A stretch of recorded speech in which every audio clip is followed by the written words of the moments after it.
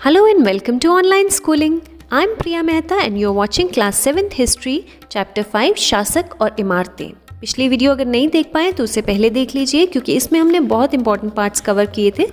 सबसे पहले हमने देखा था कुतुब मीनार और उसके बारे में जितनी भी जानकारियाँ थी वो किसने बनाया था, उसकी देखभाल में किन सब शासकों का योगदान रहा था। इसके साथ ही हमने उस समय जो अभियांत्रिकी कौशल और निर्माण कार्य चल रहे थे यानी technology and construction during that time वो भी हमने देखा था। साथ ही हमने देखा था 11वीं शताब्दी में इम्पॉर्टेंट कुछ टेम्पल्स के बारे में, जिसमें हमने कंदरिया महादेव का टेम्पल देखा था और साथ ही देखा था तंजावुर में राजराजेश्वर मंदिर के बारे में। और आज का हमारा टॉपिक रहेगा मंदिरों, मस्जिदों और हौज़ों का निर्माण।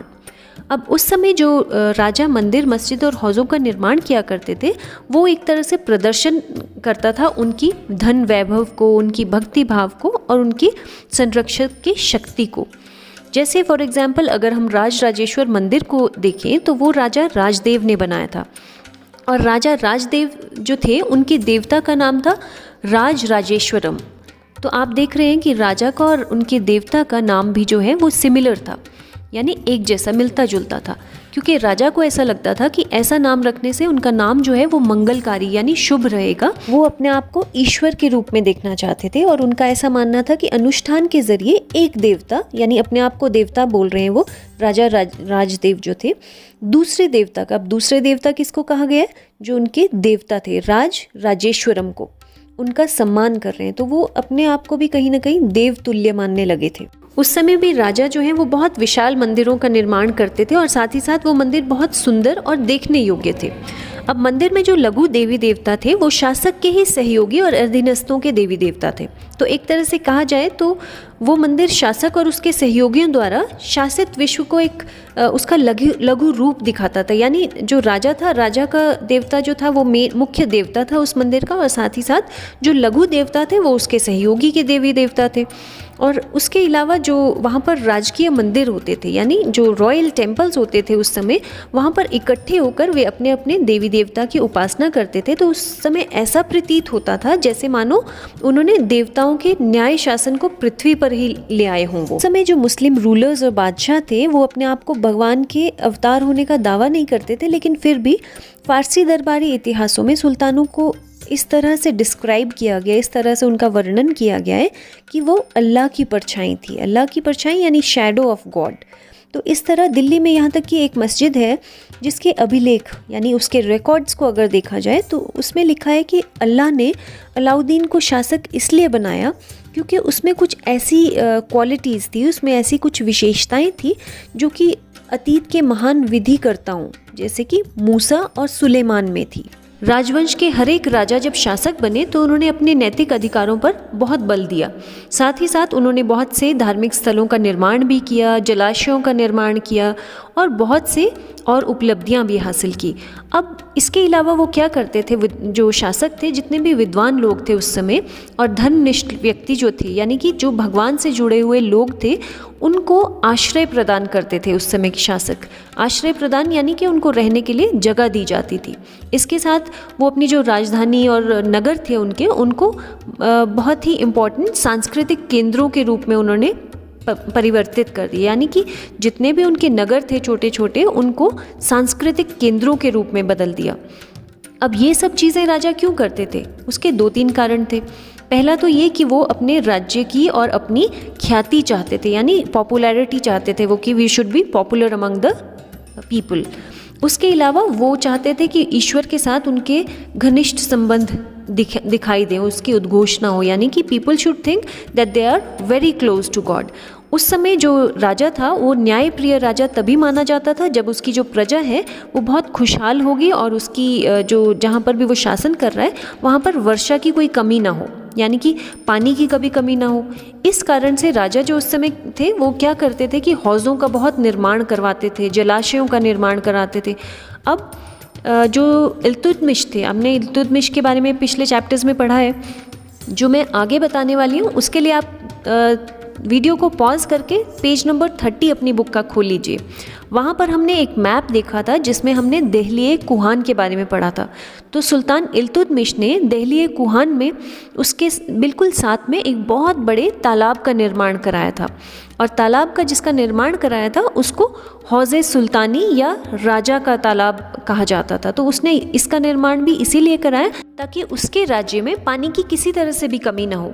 और उस समय जो मंदिर, मस्जिद और गुरुद्वारे बनाए जाते थे उनके द्वारा, उसमें ये खास चीज़ का ध्यान रखा जाता था कि उसमें एक हिस्सा पानी के तालाब के लिए भी रखा जाए। जैसे कि आप पिक्चर में देख रहे हैं, हरमंदिर साहब की पिक्चर है जो स्वर्ण मंदिर अमृतसर का बहुत फेमस गोल्डन टेम्पल है, उसके साथ भी आप देख रहे हैं कि धार्मिक स्थल के साथ बहुत बड़ा पानी का स्रोत भी रखा गया है।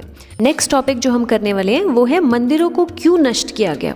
देखिए, अभी अभी हमने पढ़ा कि राजा ने अनेक धार्मिक स्थल बनाए, बहुत से जलाशय बनाए, हौज बनाए, और अब मंदिरों को नष्ट किया गया। ऐसा क्यों हुआ होगा? ऐसा इसलिए हुआ होगा क्योंकि जैसे हमने अभी अभी पढ़ा है कि मंदिरों का वो निर्माण क्यों कराते थे, उसके कुछ एक कारण थे। जैसे कि अपना ख्याति हासिल करना, अपनी पॉपुलैरिटी, लोगों में अपने आप को पॉपुलर करना, साथ ही साथ ये दिखाना कि हमारे जो भगवान के साथ संबंध है वो बहुत क्लोज हैं, यानी we are very close to God. इसके अलावा वो अपनी धन संपदा, अपनी दौलत, अपनी संपत्ति को दिखाना चाहते थे। और इस चक्कर में क्या हुआ कि जब उन्होंने दूसरे राज्यों पर आक्रमण किया तो उन्होंने ये ध्यान में नहीं रखा कि ऐसी इमारतों को, यानी कि धार्मिक स्थल जो हैं उनको नष्ट ना किया जाए, बल्कि उनको ही निशाना साधा उन्होंने। वो इसलिए कि दूसरे राजा के धार्मिक स्थल नष्ट होंगे तो राजा की ख्याति भी कम होगी कि इसने अपने धार्मिक स्थल का ध्यान नहीं रखा।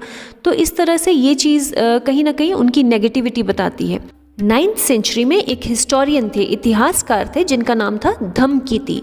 उन्होंने ऐसा लिखा है कि जब 9वीं शताब्दी जब शुरू हुई थी तो एक राजा, पांड्यन राजा थे जिनका नाम था श्रीमर श्रीवल्लभ। उन्होंने श्रीलंका के राजा सेन प्रथम पर हमला किया और हमले में उनको हरा दिया। अब देखिए, जब झगड़ा होता है, युद्ध होता है, तो हार जीत तो लगी रहती है। यहाँ तक तो सब ठीक था, लेकिन जो चीज़ उन्होंने गलत की वो क्या था? सारी बहुमूल्य चीज़ें अपने साथ ले गए। इसके अलावा स्वर्ण की जितनी भी प्रतिमाएं थी भगवानों की मठ में रखी हुई, उसको भी साथ ले गए, और बुद्ध की मूर्ति को भी साथ ले गए और उसे जब्त कर लिया, अपने पास रख लिया।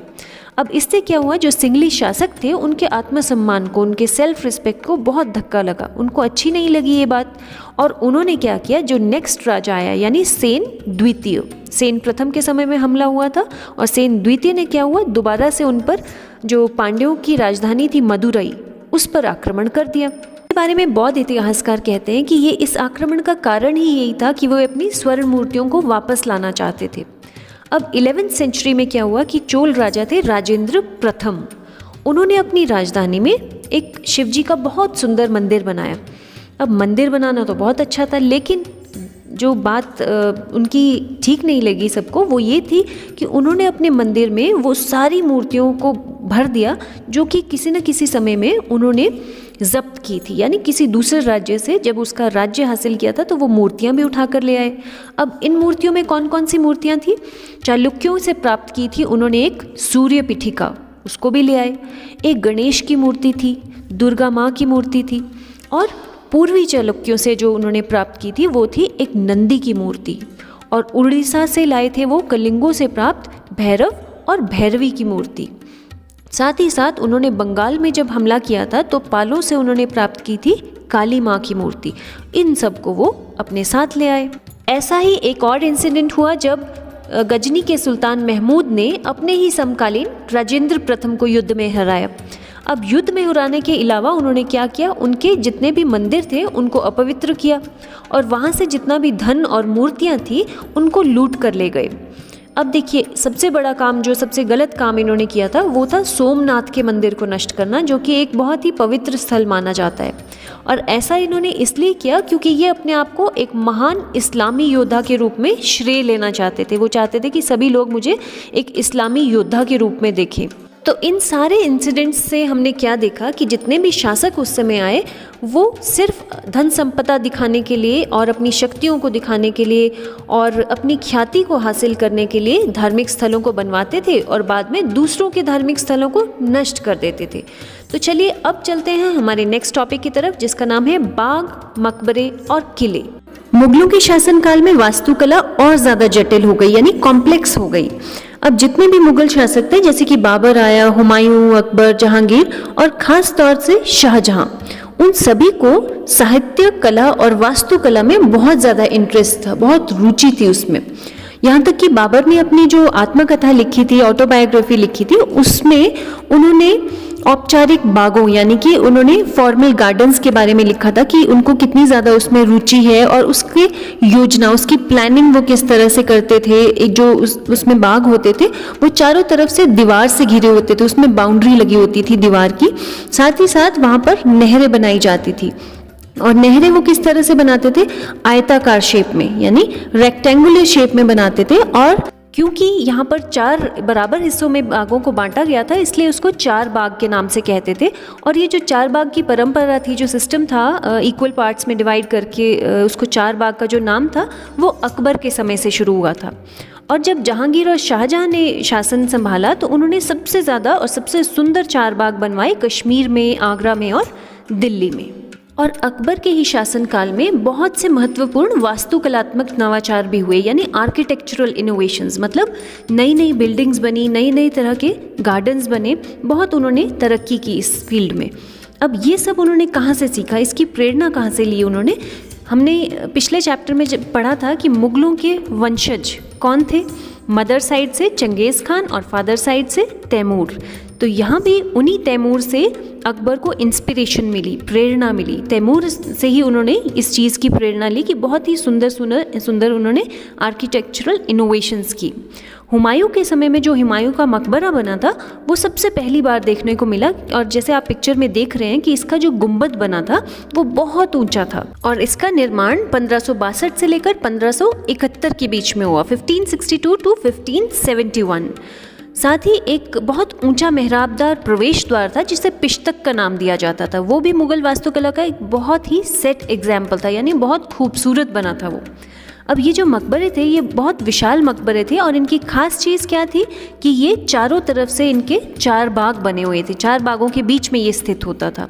और इसका जो निर्माण हुआ था ये 8 स्वर्गों यानी कि हस्त बिहिस्त की जो परंपरा होती थी उस समय, उस पर बेस्ड था। यानी कि इसमें क्या होता था कि चारों तरफ 8 कमरे होते थे और उन 8 कमरों के बीच में एक केंद्रीय कक्ष यानी कि जो मेन सेंट्रल हॉल था वो चारों तरफ से 8 कमरों से घिरा हुआ था। और सबसे इम्पॉर्टेंट चीज़ जो मैं अब बताने वाली हूँ वो ये है कि ये जो हुमायूं का मकबरा है इसके निर्माण के लिए लाल बलुआ पत्थर यूज़ किया था और साथ में जो किनारों में स्पेस था उसमें सफ़ेद संगमरमर से बना हुआ था वो। तो आपको ये याद रखना है कि इसके निर्माण के लिए लाल बलुआ पत्थर यूज़ हुआ था और किनारों में सफ़ेद संगमरमर से बना था ये। तो आज की वीडियो में हम इतना ही चैप्टर पढ़ेंगे, बाकी का जो चैप्टर है वो आने वाली वीडियो में पढ़ेंगे।